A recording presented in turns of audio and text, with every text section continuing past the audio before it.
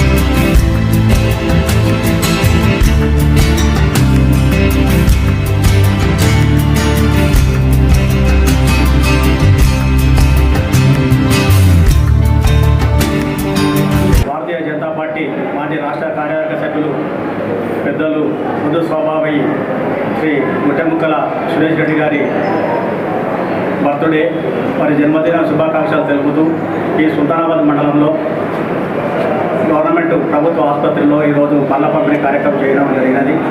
ఇట్టి బర్త్డేలు జన్మదినాలు మరెన్నో జరుపుకోవాలని ఈ సుల్తానాబాద్ మండల ప్రజల పక్షాన భారతీయ జనతా పార్టీ పక్షాన అన్నకు ఆరోగ్యాలు ఆ భగవంతుడు కలిగించాలని చెప్పి కోరుతూ భారతీయ జనతా పార్టీ రాష్ట్ర మాజీ కార్యవర్గ సభ్యులు పెద్దపల్లి నియోజకవర్గ నాయకులు శ్రీ గొట్టెముక్కల సురేష్ రెడ్డి గారి జన్మదిన సందర్భంగా భారతీయ జనతా పార్టీ సుల్తానాబాద్ మండల శాఖ ఆధ్వర్యం లోపల సుల్తానాబాద్ ప్రభుత్వ ఆసుపత్రి ఆవరణలో కేక్ కట్ చేసి మరి రోగులందరికీ కూడా పండ్లు పంపిణీ కార్యక్రమం చేయడం జరిగింది.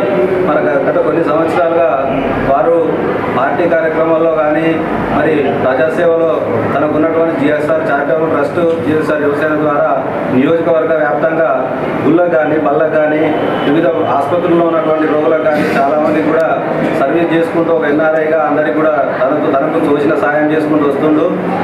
మరి భగవంతుడు వారికి ఇంకా కూడా మంచి ఆయుష్ ఆరోగ్యం ఇచ్చి మనందరికీ కూడా వారి సేవలు కొనసాగించే విధంగా వారికి అన్ని రకాలుగా ఉండి మరి ప్రజాసేవలో వారు చాలా సంవత్సరాలు కూడా మనతో పాటు ఉండి భారతీయ జనతా పార్టీలో మన అందరితో కలిసి ఒక కార్యకర్తగా తెలంగాణ లోపల మరి పెద్దపల్లి నియోజకవర్గం లోపల భారతీయ జనతా పార్టీని ఇక్కడ పెద్దపల్లి అసెంబ్లీపై జెండా ఎగరవేయడానికి తన వంతుగా కూడా కృషి చేయాలని ఒక ఖచ్చితమైన నిబద్ధత కలిగిన భారతీయ జనతా పార్టీ కార్యకర్తగా ఉంటూ మరి ఉన్నటువంటి తనకు ఆ భగవంతుడు అన్నీ ప్రసాదించి నిరంతరం తన ప్రజాసేవలో ఇంక మరింత చురుగ్గా ఉండాలని తెలియజేస్తూ మరొకసారి గొట్టెముక్కల సురేష్ రెడ్డి గారికి సుల్తానాబాద్ మండల భారతీయ జనతా పార్టీ తరఫున జన్మదిన శుభాకాంక్షలు తెలియజేస్తూ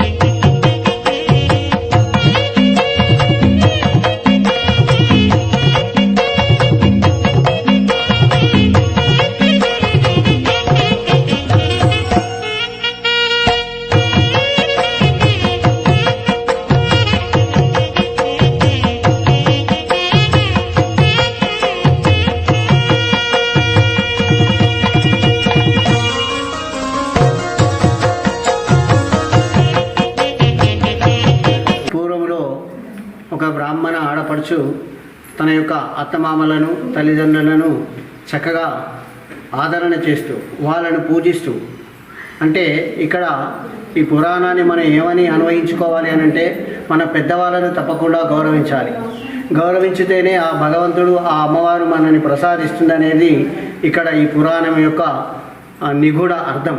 చారుమతీదేవి వారిని పూజించడం వలన అమ్మవారు చాలా సంతృష్టి చెంది అమ్మవారి కలలో, ఓ అమ్మాయి, రేపు వచ్చే శ్రావణ 2వ శుక్రవారం రోజు నాడు నేను వరలక్ష్మి రూపకంగా వస్తాను, ఆ రోజు నువ్వు సామూహికంగా నువ్వు వ్రతాన్ని ఆచరిస్తే మీకు సిరి సంపదలు భోగభాగ్యాలు మరియు సుమంగళి ప్రాప్తి చెందుతుంది అని చెప్పడం జరిగింది. దానితో ఆమె ఎన్నడు వస్తుందా అని ఆతృతతో చూడగా ఆ శ్రావణ రెండవ శుక్రవారం రానే వచ్చింది. తన యొక్క చుట్టుపక్కల ఉండబడేటువంటి ఆడపడుచులందరితోటి కూడా ఈ యొక్క వరలక్ష్మి వ్రతాన్ని ఆచరించడం జరిగింది.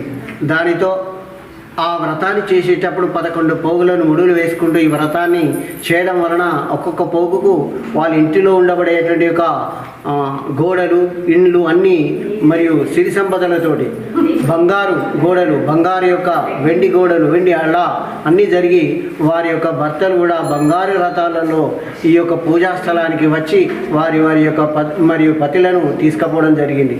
అప్పటి నుండి ఇది సామూహికమైనటువంటి యొక్క వ్రతము అనేది పురాణం నుండి చెప్పబడింది.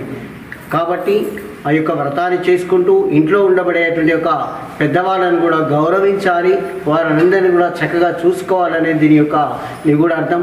ఇటువంటి యొక్క వ్రతాన్ని ఆచరించడం వలన ఈ యొక్క ఆడపడుచులందరూ కూడా సిరి సంపదలతోటి, భోగభాగ్యాలతోటి, సౌభాగ్యంతో మరియు సదా సిరి సంపదలతోటి వర్ధిల్లుతూ సత్యమేవ జయతే అంటే సత్యాన్ని పలుకుతూ ధర్మాన్ని పలుకుతూ అందరూ చక్కగా ఉండాలని మరియు సమస్త లోకా సుఖినోభవంతని కోరుతూ కనుకుల గ్రామంలోని శివాలయంలో గత 25-30 సంవత్సరాల నుండి దాదాపుగా ఈ సామూహిక వరలక్ష్మి వ్రతాలు ఆచరించడం వలన ఆ ఆచరించినటువంటి యొక్క ఆడపడుచులు వారి పిల్లలందరూ కూడా మరియు విద్యావంతులై మరి సిరి సంపదలతోటి భోగభాగ్యాలతో కూడా వర్ధిల్లుతున్నారు.